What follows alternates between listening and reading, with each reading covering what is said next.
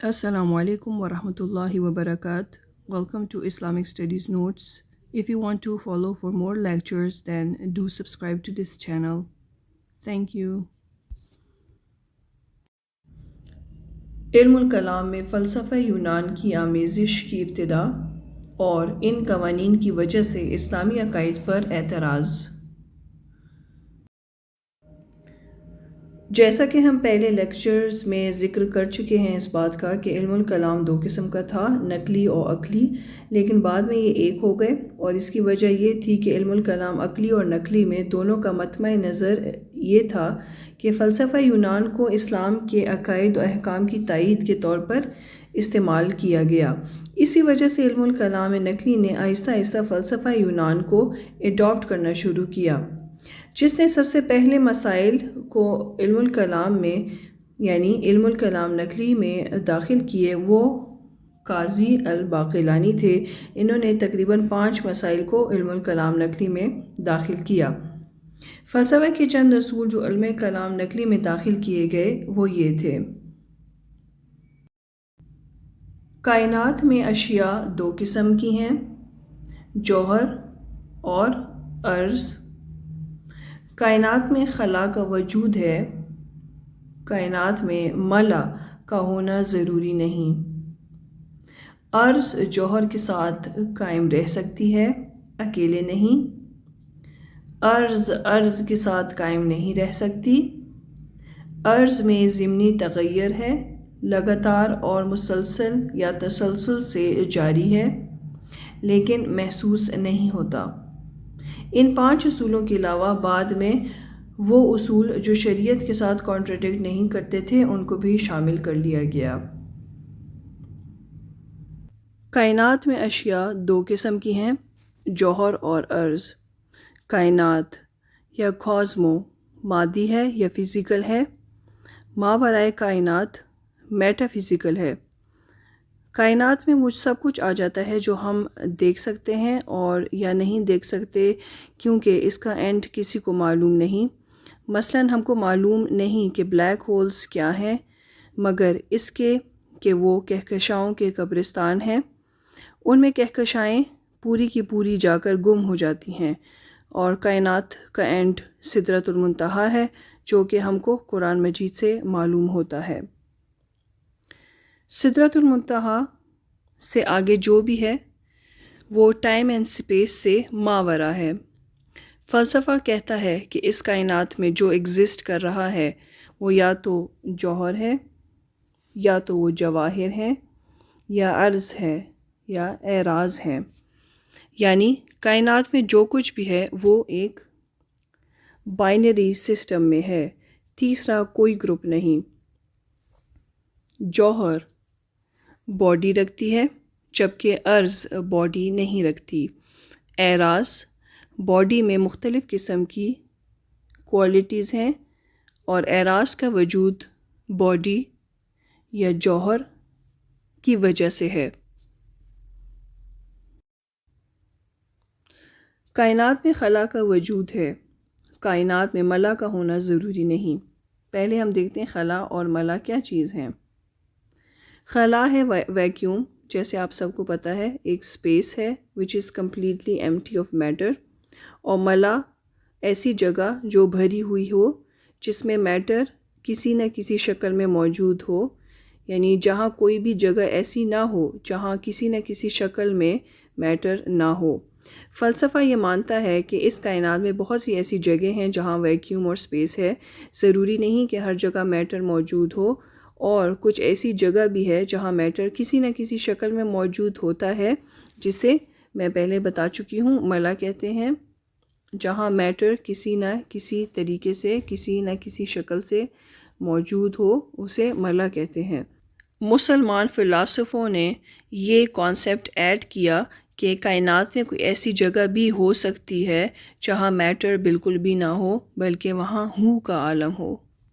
عرض جوہر کے ساتھ قائم رہ سکتی ہے، اکیلے نہیں۔ پہلے ہم دیکھتے ہیں جوہر اور عرض کیا چیز ہے۔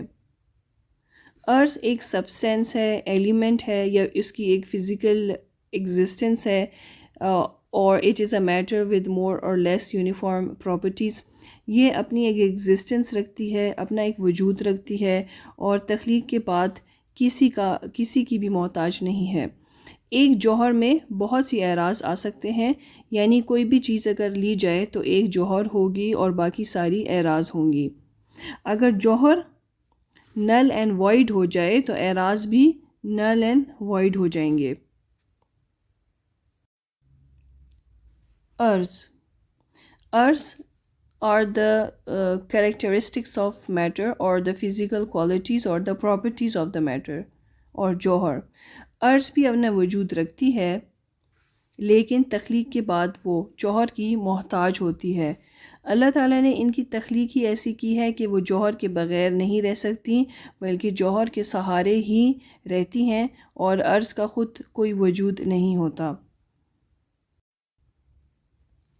لہٰذا فلسفے کا قانون ہے کہ میٹر ہمیشہ باقی رہتا ہے. تبدیلی اگر میٹر میں آتی ہے تو اس کے اعراض کی وجہ سے آتی ہے، یعنی میٹر تبدیل نہیں ہوتا، جوہر تبدیل نہیں ہوتا. اگر کوئی تبدیلی نظر آتی ہے تو وہ اعراض کی وجہ سے ہوتی ہے، اور اس کے علاوہ میٹر فنا نہیں ہوتا. اگر دوسری شکل اختیار کرے گا تو وہ اعراض کی وجہ سے کرے گا. مثلاً موم کو مختلف شکلیں دی جا سکتی ہیں لیکن اصل موم کا میٹر بدستور قائم رہتا ہے اور میٹر خود قائم رہتا ہے اور اعراض کا خود کوئی وجود نہیں ہو سکتا. اب ہم جوہر اور ارض کے حوالے سے چند مثالیں دیکھ لیتے ہیں تاکہ ہمیں بات اور بھی سمجھ آ جائے. مثلاً انسان خود جوہر ہے، ہیومن ایگزسٹنس، لیکن انسانی صفات اس کی اعراض ہیں. چادر ایک جوہر ہے لیکن اس کی طول اور عرض اور اس کا رنگ اس کے اعراض ہیں. صفحہ خود ایک جوہر ہے یا ایک موصوف ہے لیکن صفحے کی سفیدی جو کہ اس کی صفت ہے وہ عرض ہے، کیونکہ سفیدی اکیلے قائم نہیں رہ سکتی. اس کو آپ اس طریقے سے سمجھ سکتے ہیں. انسان کی ڈسٹنکشن جوہر کے ذریعے نہیں ہوتی بلکہ اعراض کے ذریعے ہوتی ہے. مثلاً کوئی گورا ہوتا ہے، کوئی کالا ہوتا ہے وغیرہ. ارض کے ساتھ قائم نہیں رہ سکتی. اس کی وجہ یہ ہے کہ ارض یا کوالٹی کا خود وجود نہیں ہے، خود سے قائم نہیں رہ سکتی، تو وہ دوسری ارض کو کس طرح وجود میں رکھ سکتی ہے.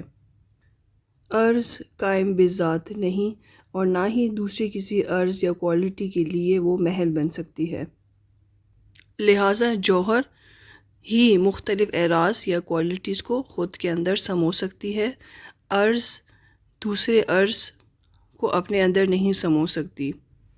ارض میں ضمنی تغیر ہے جو لگاتار اور تسلسل سے جاری رہتا ہے لیکن محسوس نہیں ہوتا. یعنی جب ہم کسی چیز میں کوئی تبدیلی دیکھتے ہیں تو وہ اصل میں ارض کے اندر تبدیلی ہوتی ہے، میٹر میں نہیں. ہر ارض مسلسل تبدیل ہو رہا ہے لیکن ہم اس کو محسوس نہیں کر سکتے. لیکن جب مجموعہ بن جاتا ہے تبدیلیوں کا تب ہم کو وہ چیز نظر آ جاتی ہے، وہ تبدیلی ہمیں نظر آ جاتی ہے. اللہ تعالیٰ قرآن مجید میں ارشاد فرماتا ہے کل یوم ہوا فی شأن، وہ ہر آن نئی شان میں ہوتا ہے، یا day in and day out he has something to bring about. فلسفے کی علم الکلام میں اس طریقے سے آمیزش شروع ہوئی. مسائل و دلائل کا علم الکلام میں تدریجاً اضافہ ہوا. وہ آدمی جنہوں نے بہت زیادہ فلسفیانہ کلام کو جگہ دی وہ امام الحرمین الجوینی تھے. انہوں نے علم الکلام میں جن مسائل کا اضافہ کیا وہ 5ویں اور 6 ہجری تک چلے. اس دور میں یونانی فلسفہ پورا علم الکلام کا حصہ بن گیا تھا. بعد میں امام غزالی رحمۃ اللہ علیہ اور امام رازی رحمۃ اللہ علیہ نے وہ تمام چیزیں اس میں شامل کر دیں جو عقائد دینیہ سے کانٹراڈکٹ نہیں کرتی تھیں، بلکہ غزالی اور رازی رحمۃ اللہ علیہ نے فلسفہ یونان کے بعد خیالات کو رد بھی کیا یعنی ان خیالات کو ہٹایا یا اس میں سے ڈیلیٹ کیا جو شریعت سے ٹکرا رہے تھے۔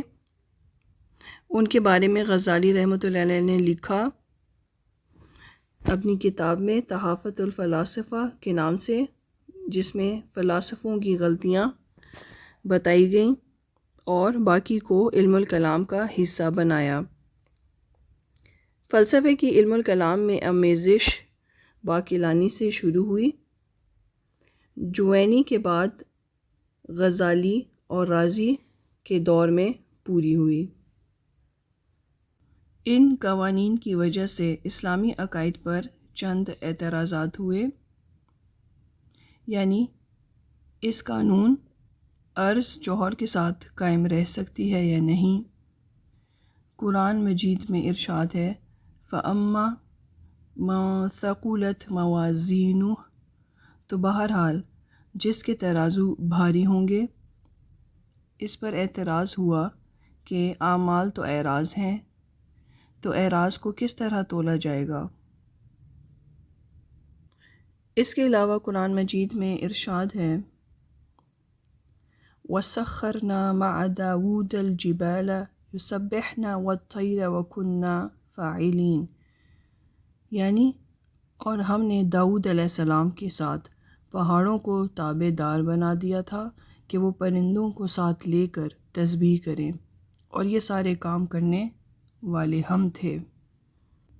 یہاں حضرت داؤد علیہ السلام کے کمالات کا ذکر ہے جو اللہ تعالیٰ نے ان کو انعام کی تھیں، کہ پہاڑوں کو ان کے کنٹرول میں دے دیا اور وہ جہاں سے گزرتے تھے پہاڑ اور پرندے ان کے ساتھ تسبیح کرتے تھے۔ اب یہاں پر جو یونانی فلسفہ تھا وہاں ایک عقلی اعتراض ہوا